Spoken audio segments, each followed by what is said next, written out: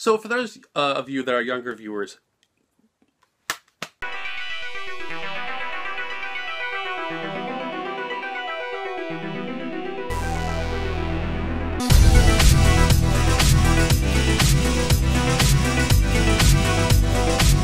everyone, it's Jason from GameRave.com. Welcome to GameRaveTV. So today's episode deals with subset collecting, and we are subset collecting Dragon Ball games. Awful, terrible Dragon Ball games. Now, this little subset is actually easy to collect for. There's only 2 copies of the game with 1 variant. That is Dragon Ball Z Ultimate 22 and Dragon Ball Z Final Bout GT.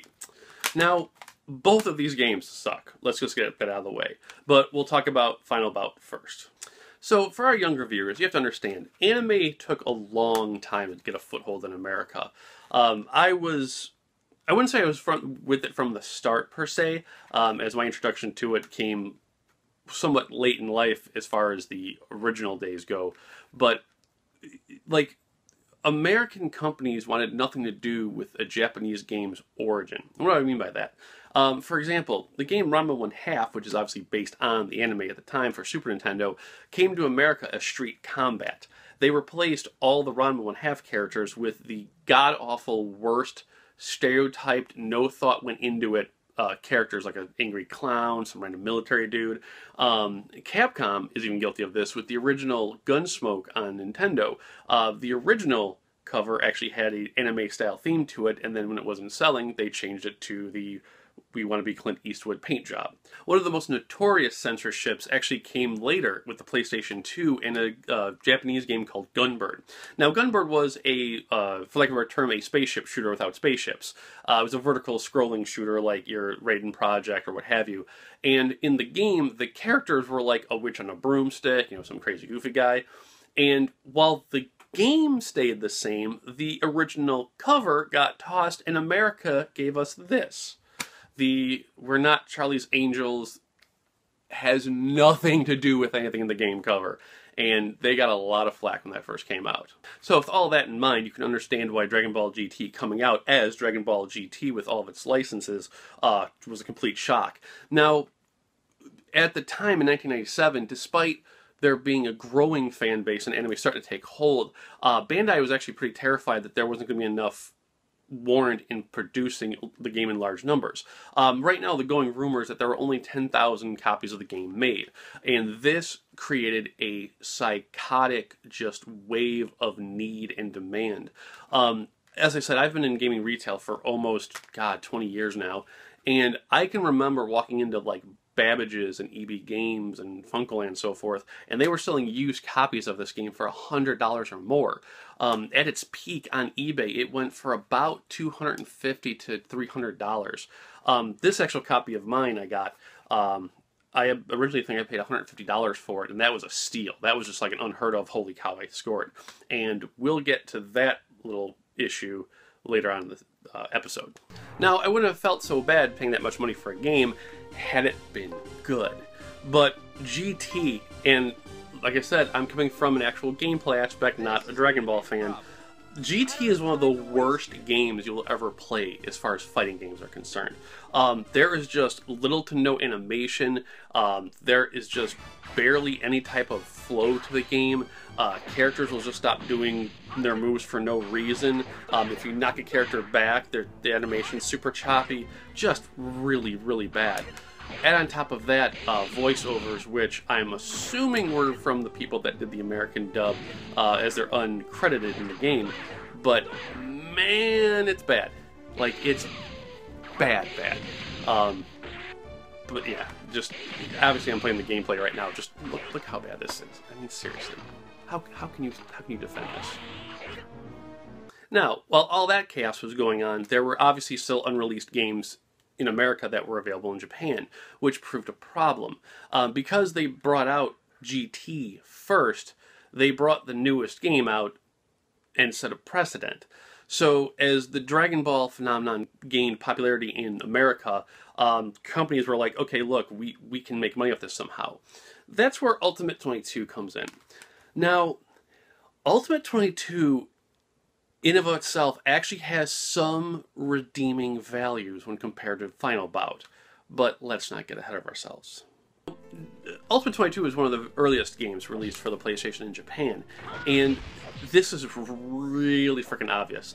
For those that never pay attention to this type of thing, when the PlayStation first came out, more likely because of its origins as the Super Nintendo CD-ROM add-on, a lot of very early PlayStation Japanese games literally looked like a Super Nintendo game with just some polygon graphics thrown in.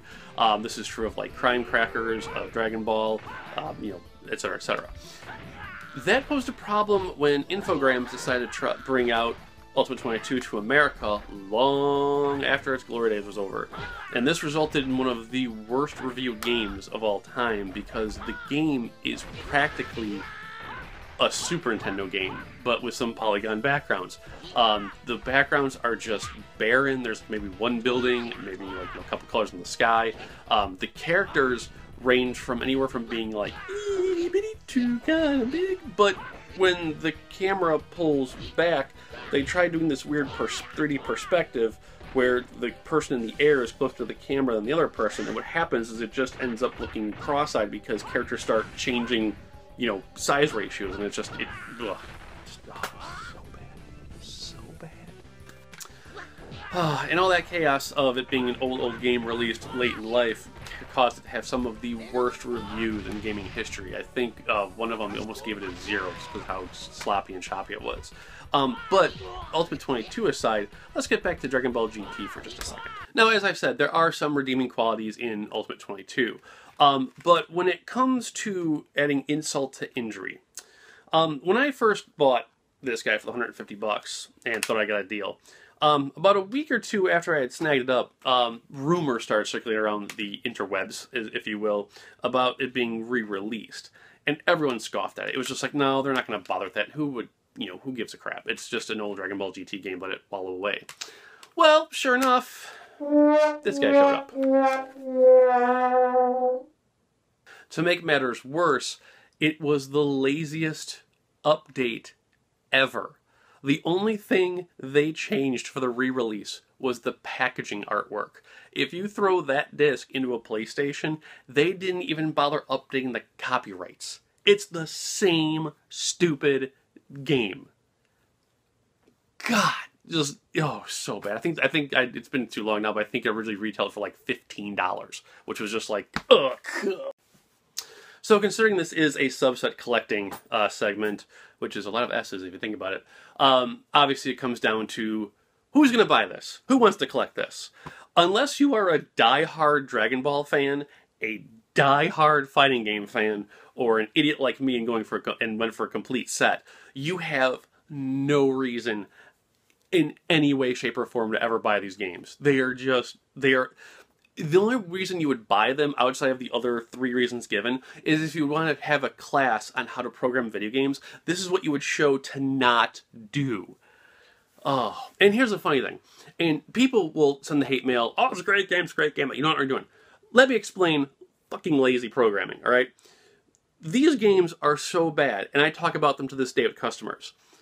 When Dragon Ball Xenoverse was announced for PlayStation 4, I was like, you know what, hey, finally the games will get a high-res version they deserve, maybe they'll finally make a great game, and hey, I'm sure the gameplay in Xenoverse is fine, except to show you how fucking lazy these people are, load up the arena stage in Xenoverse. Look at the crowd. PlayStation 4, Xbox One, 6 gigs of RAM to work with, processors up the wazoo, and the background people are freaking flat 2D sprites. Seriously, I don't understand how people can support these games. Like, Bandai could literally just take a shit, put it in the DVD case or a Blu-ray case, as the matter is nowadays, and ship it, and people would buy the shit out of it, no pun intended. Oh, it's so insulting to the gamer and collector in me. Alright guys, rant aside, obviously Ultimate 22 can be found for about $20-30. Dragon Ball GT, the original version, plummeted in value. You can usually snag it for about $50 to $75. The reprint can be had for about $30 to $40 for some unknown reason, even though it was $15 when it first came out. That being said, I just had to vent and get that out there. God, I hate those games. You have no idea how much. We'll see you next week with Pause Mode. I think I'm going to do something different than Saturday. Maybe get back to Neo Geo. We'll see you guys next week. Have a great one, guys. Take care.